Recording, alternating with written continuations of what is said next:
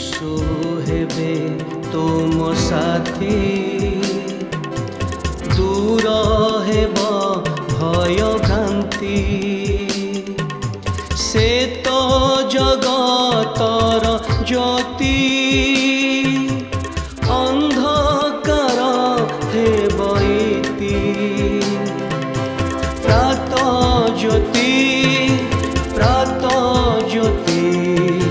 जीवन जला प्रात ज्योतिर समस्त दर्शक भाई भणी मानकु मोर आंतरिक शुभेच्छा एवं अभिनंदन जनाए। ईश्वरंकर धन्यवाद हो जे अति स्वल्प समय मध्य किछि व्यावहारिक शिक्षा ईश्वरंक वाक्यरु आमने आपनक निकट उपस्थापन करिवार प्रयास जारी रखिछु। आपण मानक मध्य मु धन्यवाद जनाए जे आपण माने नियमित भाव में आमानकर ए कार्यक्रम देखुचंती। जदि ए कार्यक्रम आपनको भल लागु थाए तेबे दया करी आपणकर बंधु ज्ञाति कुटुंब मानकु यार लिंक को शेयर करंतु जेपरि से माने मध्य ईश्वरंकर आशीर्वादर अंश हेबार सुजोग पाइबे।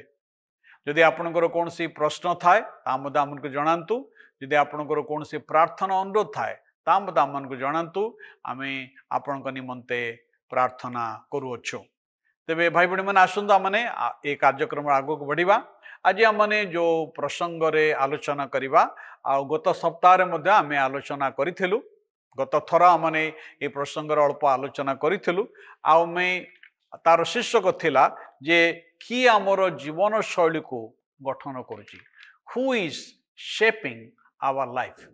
ए विषय आमने आलोचना करिथिलु। आ आमने देखिथिलु जे आजिर जगत रे आमानकर जीवन को सोशल मीडिया बंधु माने चलचित्र संगीत संस्कृति एवं अनेक विषय जहाँकि आमानकर चिंताधारा को आमानकर समस्त कथबार्ता को आमानकर आचरण को तार एक गठन ता करि थाए।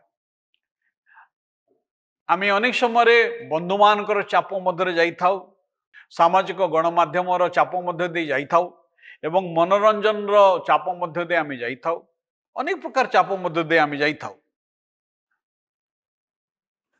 आमे एक कथा देखिथिलु जे ईश्वर वाक्य कथा लिखा अछि तुमे आपना आपना मनर नूतनीकरण द्वारा परिवर्तित हो। एक कथा आमे आलोचना करिथिलु। आउ आमे जतबेले ईश्वरंकर वाक्य अनुसार आम जीवन को गढ़िबा आउ सेतेबेले आमे प्रकृत ईश्वर जो उद्देश्य आम के जगत सृष्टि करिसंती ता बुझिबक परिबा। आमे आज किछि कथा देखिबा जहाँ कि ईश्वर वाक्य बाइबल रे आमे देखु लेखा अछि एणु जदि कि ख्रीष्टन ठारे अछि तबे से नूतन सृष्टि होई अछि, पुरातन विषय सब लोप पाई अछि। आमे जदि ईश्वर वाक्य बाइबल को देखु जे बाइबल जो युवा माने से माने जगत को अग्राह्य करथिले।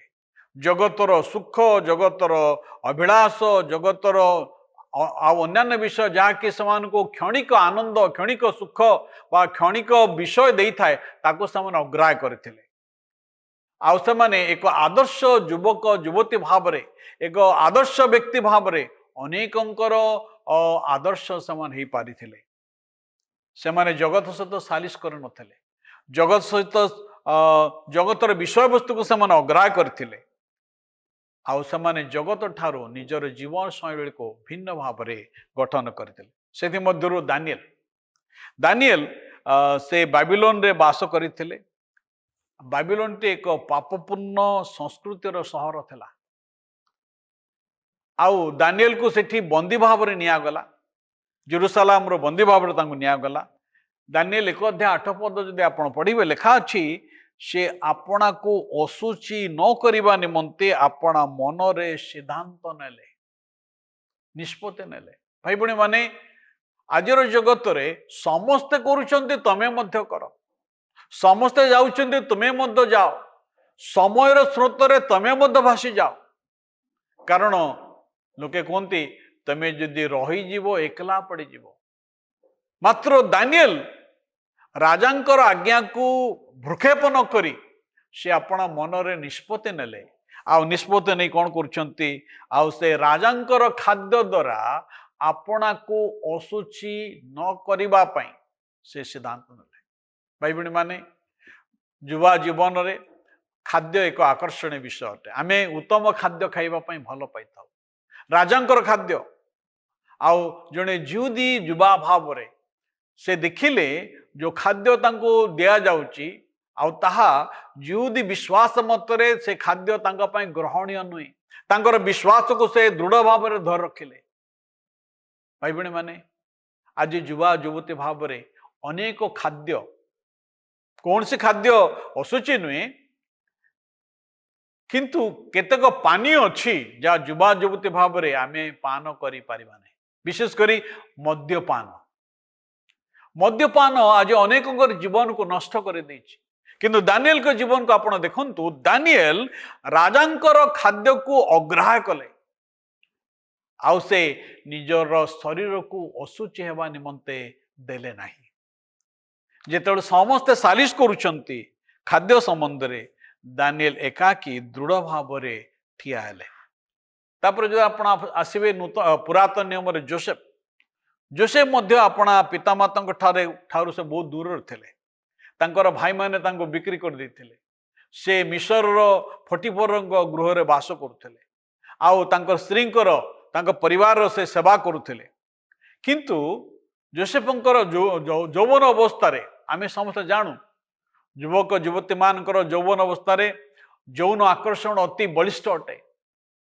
ଆଜିର ଜଗତକୁ ଯଦି ଆମେ ଦେଖୁ, ଏ ଜଗତଟି ଗୋଟେ ଯୌନ ପାଗଳ ଅଟେ।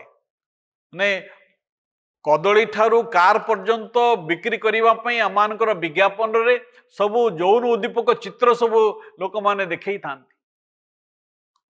ଆଉ ଯୋସେଫ ସେଇ ସମୟରେ କ'ଣ ଅଛନ୍ତି ନା ଫଟିଫରଙ୍କ ଗୃହରେ ଅଛନ୍ତି, ଆପଣ କାର୍ଯ୍ୟ କରୁଛନ୍ତି। ଆଉ ସେଇ ସମୟରେ ଯୋସେଫଙ୍କର ମାଲିକଙ୍କର ସ୍ତ୍ରୀ ଯୋସେଫଙ୍କ ଉପରେ ଦୃଷ୍ଟି ପକାଇଲେ, ତାଙ୍କୁ ବ୍ୟଭିଚାର କରିବା ପାଇଁ ତାଙ୍କୁ ସୁଯୋଗ ଦେଲେ। ମାତ୍ର ଯୋସେଫ ସେ କଥା କହୁଛନ୍ତି ଆଦି ପୁସ୍ତକ ତାର 39 ପଦରେ, ଏହେତୁ ମୁଁ କିପରି ଏଡେ ବଡ଼ ଦୁଷ୍ଟତା ଓ ପରମେଶ୍ୱରଙ୍କ ବିରୁଦ୍ଧରେ ପାପ କରିପାରେ। ଭାଇ ଭଉଣୀ ମାନେ, ସେ ଯୌନ ଅଭିଳାଷରୁ ପଳାୟନ କଲେ।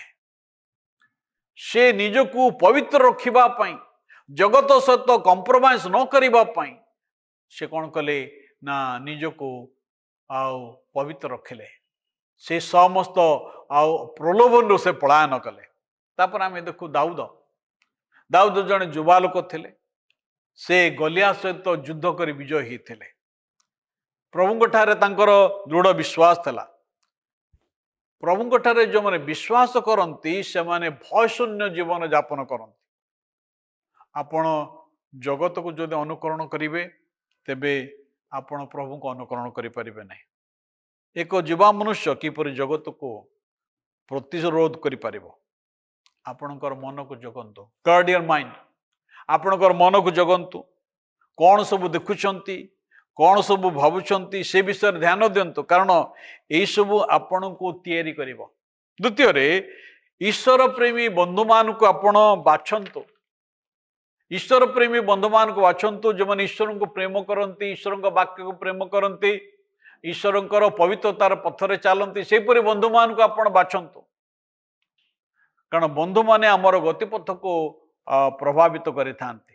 ସେଥିପାଇଁ 1 Corinthians ତାର 15 ପଦ ଲେଖାଯାଏ, ଭ୍ରାନ୍ତ ନ ହୁଅ, କୁସଂସର୍ଗ ଶିଷ୍ଟାଚାର ନଷ୍ଟ କରେ। ଏବଂ ତୃତୀୟରେ, ପରମେଶ୍ୱରଙ୍କ ବାକ୍ୟର ନିକଟରେ ରୁହନ୍ତୁ। ଈଶ୍ୱରଙ୍କ ବାକ୍ୟ ବାଇବଲ ଆପଣଙ୍କୁ ଶୈତାନର ପରୀକ୍ଷା ପ୍ରଲୋଭନରୁ ସୁରକ୍ଷା ଦେବ।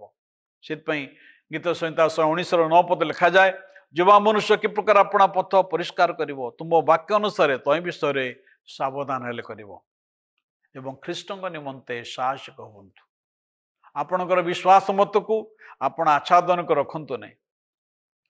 ଆପଣଙ୍କର ବିଶ୍ୱାସ ମତକୁ ସ୍ୱୀକାର କରନ୍ତୁ। ଖ୍ରୀଷ୍ଟ ଯୀଶୁ ଯିଏ ଆପଣଙ୍କ ଜୀବନରେ ମହତ୍ କାର୍ଯ୍ୟ କରିଛନ୍ତି, ଆଉ ସେ କଥାକୁ ଆପଣ ସ୍ୱୀକାର କରନ୍ତୁ, ପ୍ରକାଶ କରନ୍ତୁ। କାରଣ ଜଗତକୁ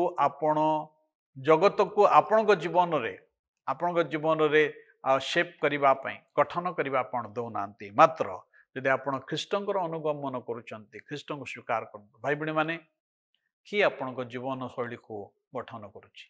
ଆଜି ଆପଣଙ୍କର ଜୀବନର ନିର୍ମାତା କିଏ ଅଟନ୍ତି? ଯଦି ଆମେ ଈଶ୍ୱରଙ୍କୁ ହସ୍ତରେ ନିଜକୁ ସମର୍ପଣ କରିବା, ଆଉ ଈଶ୍ୱରଙ୍କର ବାକ୍ୟ ଅନୁଯାୟୀ ମନର ନୂତନୀକରଣ ଦ୍ୱାରା ପରିବର୍ତ୍ତିତ ହେବା ଆମେ ଈଶ୍ୱର ଯେଉଁ ଉଦ୍ଦେଶ୍ୟରେ ଆମମାନଙ୍କୁ ସୃଷ୍ଟି କରିଛନ୍ତି ତାଙ୍କର ଉଦ୍ଦେଶ୍ୟକୁ ବୁଝିପାରିବା ଏବଂ ତାଙ୍କର ଉଦ୍ଦେଶ୍ୟକୁ ଜଗତରେ ସଫଳ କରିପାରିବା। ପ୍ରଭୁ ଆମ ସମସ୍ତଙ୍କୁ ଆଶୀର୍ବାଦ କରନ୍ତୁ।